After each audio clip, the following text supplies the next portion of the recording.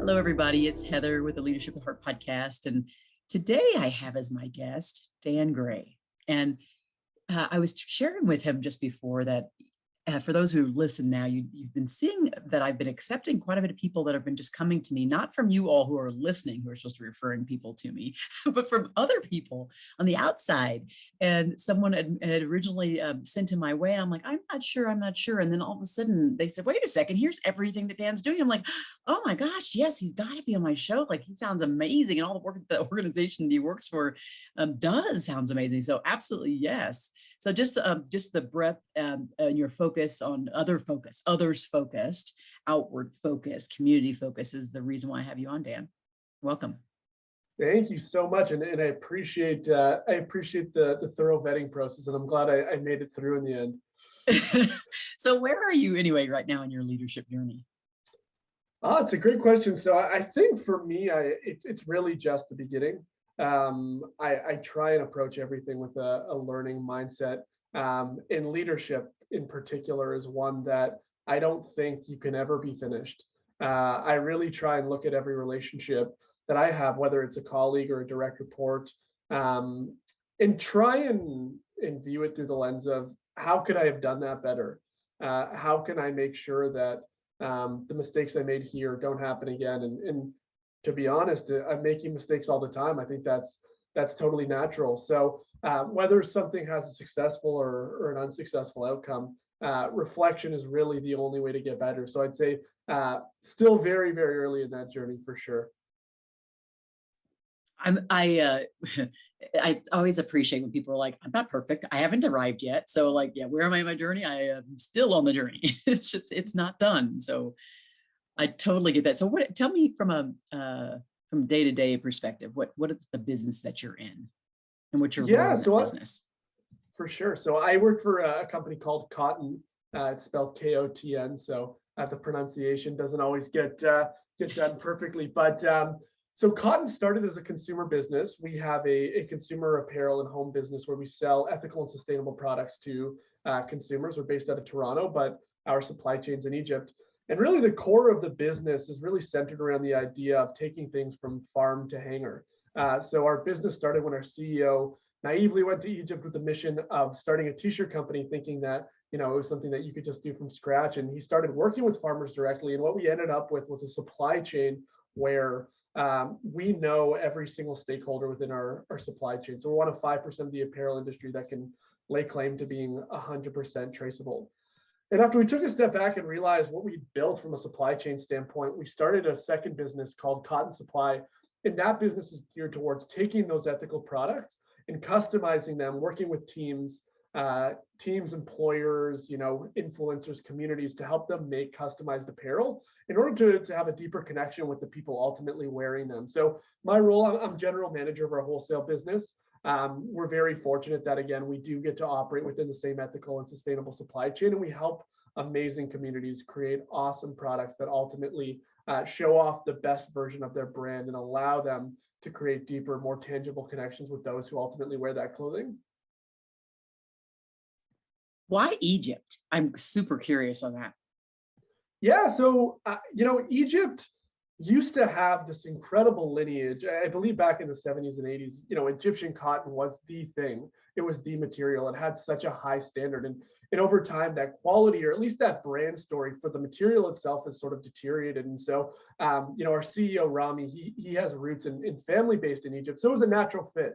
Here's this amazing fiber. Here's a chance to reinvigorate a place that has such amazing textile and apparel roots. And so it was a natural fit for our business. And, we're fortunate to have such an amazing tie to that country.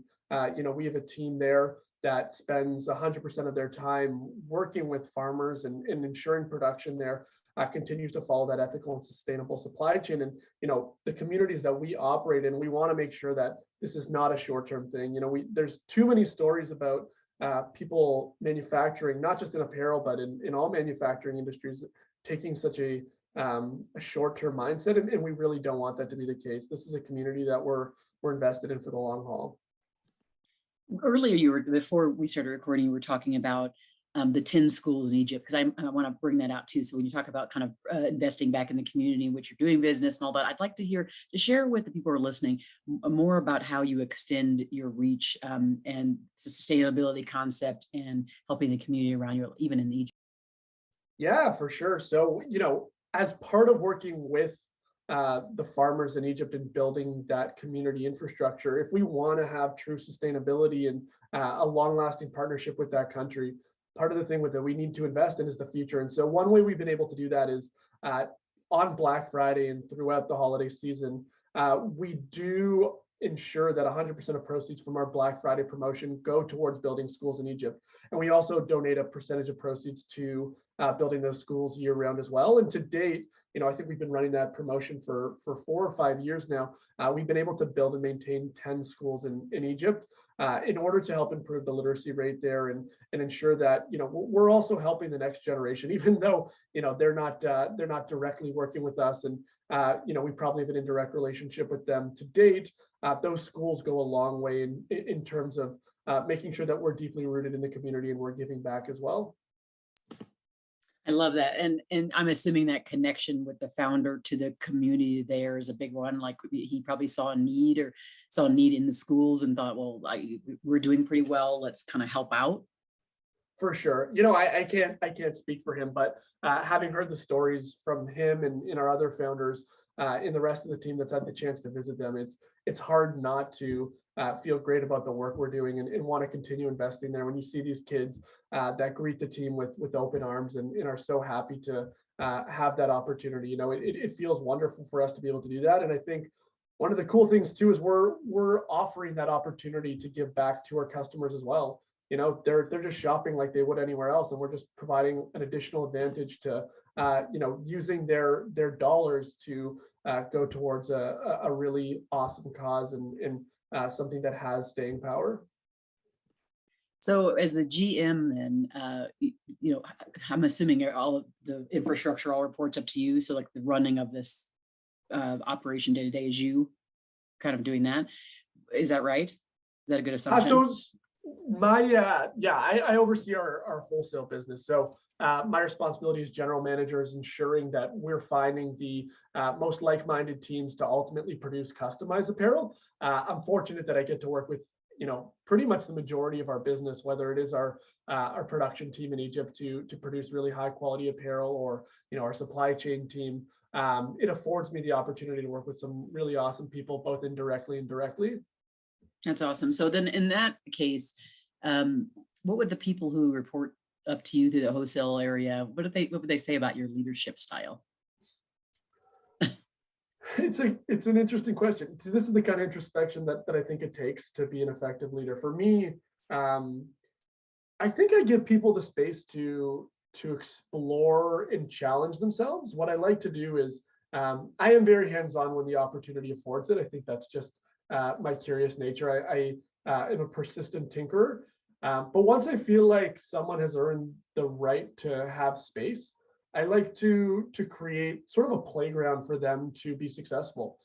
Because the way I approach relationships with my direct reports is ultimately I'm trying to set them up for their next job. Because I know in this modern employee-employer relationship, these are finite relationships. People do tend to jump jobs more than ever. People do go work at different places. Some people only have multiple year tenures at organizations, and I'm aware of that. So what I try and do is essentially be honest with my team and say, hey, I know you're going to leave us one day. What opportunities can I afford you that ultimately allow you to hit the milestones necessary to get your dream job next? Whether that is at Cotton, hopefully we can find that next role for you that enables you to grow. But if not, I want you to have those milestones and resume points that enable you to go wherever you want within your career. You said a couple things that were interesting. One of them being once they've earned the right to kind of basically have more space. That's one I want to talk about. And then of course, this last one of just like helping them move on to their next place and putting that effort. I mean, most managers of people would never like want to take the time to be, to say like, I already know you're moving on. So what can we do to help make sure that like you can move on to your next place and it's like all set up for you? Like who does that really as you think about that?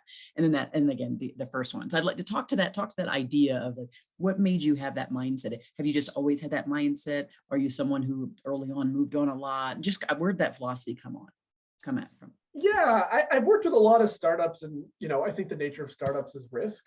And so you're not only sort of accumulating risk within wherever you are, it's also risk with your career, right? You're aligning your success to a really early stage company, and so there is going to be a high degree of variability there. So I think it's just being comfortable with the fact that things might not work out perfectly, and if things continue to go a direction that don't align with where you want to go in the future, that's okay. That's not a bad thing. I think the fact that some of the balance of power in the job market has shifted towards employees, that's amazing. People should have that degree of freedom. They should have the ability to go and find a job that's right for them. And if they're in a relationship with a company or a manager that's not working, you know, they should be afforded that ability to go and find a job that's better for them. So with that in mind, I think it's natural for me to have the dialogue with my employees about what the future looks like. I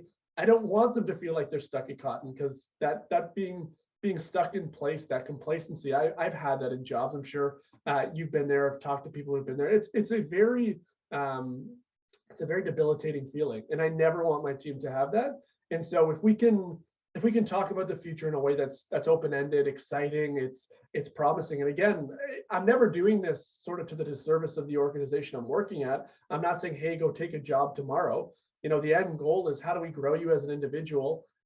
The outcome is undefined today. Like, we don't know what the outcome of you growing as a person looks like. That could be taking on a new role or getting a promotion at Cotton, and it could be going elsewhere and taking a promotion. But the path to getting to that positive outcome for that person, that's the exact same, right? That's growing. That's enabling their growth and providing the support for them to get there. I'm invested in that process, and whatever happens afterward, I know it's out of my hands. So I try and allow them to sort of realize wherever they want to go. It's interesting. As you say that, I think of, oh gosh, the book is called The Alliance. Hoffman, the person who was one of the founders of LinkedIn, he and a couple other folks wrote that book called The Alliance. And that, as you're talking, it reminds me of what they did, which is this idea of having like almost like tours of duty is what they refer to it as. Yeah. And so when the person first starts, they might say, okay, well, basically, how long is this tour? And they would say, let's say the person say, oh, I plan on staying for a year or two. And what he would say is the conversation would be like, basically every 3 months, you have the conversation. Okay, is that tour? Can I still rely on you for the tour to be the 2 years? Or has that changed? And okay, what's your next step? So it's really, it's interesting. It's a totally different way of looking at the employer-employee relationship. Very creative, but I like it, because I do think we have to meet people where they are at. And given the current market, I think it's a smart path to go. So, okay. And then the other point that you had, what was that other point? The earlier point. I forgot what the other point was. Were the two things I wanted to talk about. You're asking about sort of the comment around earning space. Oh, yes. Yeah. That's interesting. I like how you refer to that, because while I might not use those exact words in the end, like in order for someone to be empowered, someone has to be comfortable enough empowering them. And so then the question is, what is that they have to have? And so in most cases, it has to be a trust that it was, I guess, like you say, earned, like shown, proven, seen. There might be certain people who might empower too precipitatively, really, just like too early, and not actually have any proof of concept that the person can do it. And so it's, I always say, like, starting with baby steps. So like putting them on a small little thing that they can kind of show themselves. And then after they've done that, you can make the thing a little bigger and a little bigger. So it's that same concept, the way you said it. I like the way you said it. So has that ever proven out? Do you have any specific stories on that? Stories, I'd have to sort of explore that a little bit more. But I think in general, like the broad theme is, how do you let people be successful early on? Because I think the hardest part about starting a new job is proof points in success stories early. Where I've seen people succeed the most is when someone enters an organization and they can get a win under their belt in the first 3 months. And that's very hard to do if you just kind of leave someone alone and say, hey, go and do your job. Because the context that you have to gain in order to be successful when joining an organization, it's a steep learning curve. And so when I say creating space or sort of earning that freedom, it's twofold. It's for me to be comfortable giving that space and putting faith in them, but it's also for the individual not to be thrown off the deep end and feel comfortable enough and have the confidence in themselves and the job they've been tasked to do to go out and be successful there. So in terms of specific examples, I'd say, I've experienced that as an employee. I've come into organizations where I have been given too much space, and it's been difficult to find proof points or wins early on, and so it's easy for that anxiety to build and to ask yourself, am I doing a good job, right? Like if you think about the amount of emotion and sort of the tension that rises when you first join a job, trying to figure out, am I being successful? It's a very natural thing for people. So I've experienced that. It's a dialogue I try to create with individuals as well. We at Cotton, we do document what the first 30, 60, 90 days should look like for an employee as well, just so that they have sort of yardsticks for where success looks like to measure themselves against, because a lot of people do sort of flounder and look for what success might look like when they're first starting out. Mm. So we obviously can see that you have a lot of emotional intelligence around how to work with employees and just like an openness to be flexible in that regard. Now I want you to share with me a time when maybe you didn't have this more open, enlightened frame of mind and way that you showed up. Is there a specific story you can share with listeners about a time when maybe you don't think you were, the most empowering, or that you didn't lead with heart in a way that you would be more proud of right now to do?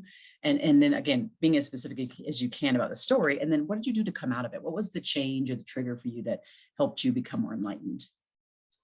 Yeah, so the moment I think back to is actually the first time I was formally tasked with becoming a manager. So this would have been maybe 5 or 6 years now, and I was given my first direct report, and I was really excited. Obviously, becoming a manager is a really big career step. So I think selfishly, I was focused on what that meant for myself, and at the same time, after getting that promotion, I was told that, congrats on becoming a manager. And oh, by the way, you're about to inherit someone that needs to go on a performance improvement plan tomorrow.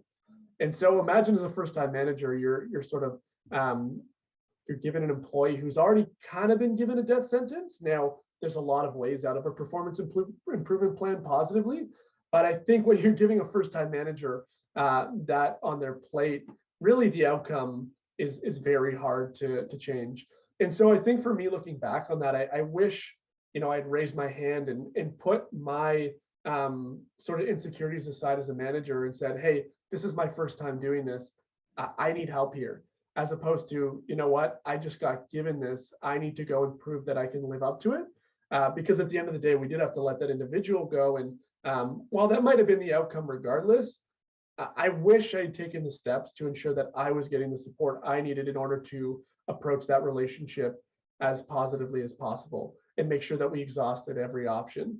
Again, it's possible it would have gone down the same avenue, but as a leader, looking back on that, when I said to you at the beginning, leadership is all about perspective and thinking about those times, I made sure that when I had to make that decision, when we made a decision to ultimately impact someone's career and it will have a lasting effect on them, I wanted to make sure that I took the time to reflect on that and learn from that experience and make sure that the next time I encounter that, I'm a better leader for it. Again, not to say I'm going to get it right the next time, but at least I've respected that person enough to take the time to learn from that relationship and find a way to become a better manager.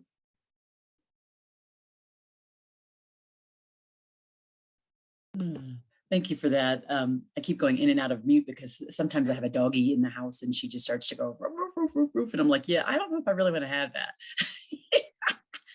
Oh gosh, well that's helpful. It's always helpful to hear, particularly since you haven't been doing this for 20 years. You're still a young leader, and so that it's not so far behind you that you were, had this awakening or this enlightenment. I think we all can kind of look back and kind of say the same things. When could I have been better? What were the cards that I was dealt? How did I handle it? Did I have this? Did I have that? So now it's like, I think the good thing about it is having those, being enlightened now helps you then help your people who are looking to you for guidance in that same way. Exactly. Yeah. I can't be an effective leader without being reflective of that. And then I see my team members who are leading people now having similar experiences, and you know, having thought about that, having gone through that, I can now provide them a little bit more guidance that I wish I had at the time. So yeah, that chain of leadership, it is one that seems to rear its head more than I expected and quicker than I expected. But that perspective is hopefully not only benefited me but others as well. So right now we're at the time at the podcast where you're able to actually turn the tables and ask me a question. So knowing the work I do in this space I do it, I'm assuming you can just ask me whatever. What do you want to ask me? For those who are listening. Yeah. So, one of the things that I think about a lot is it seems like workplace culture generally rewards people that become managers. And I think it can often be a negative incentive because some people just aren't suited for management. Some people chase it because of the way it looks on a resume, but it might not be the right fit for them. So I'm curious your commentary on that as a general theme, and then, how you would approach this with someone that might have leadership capability but doesn't want to manage, and how do you ensure that they stay a top performer without sort of stunting their growth in an organization?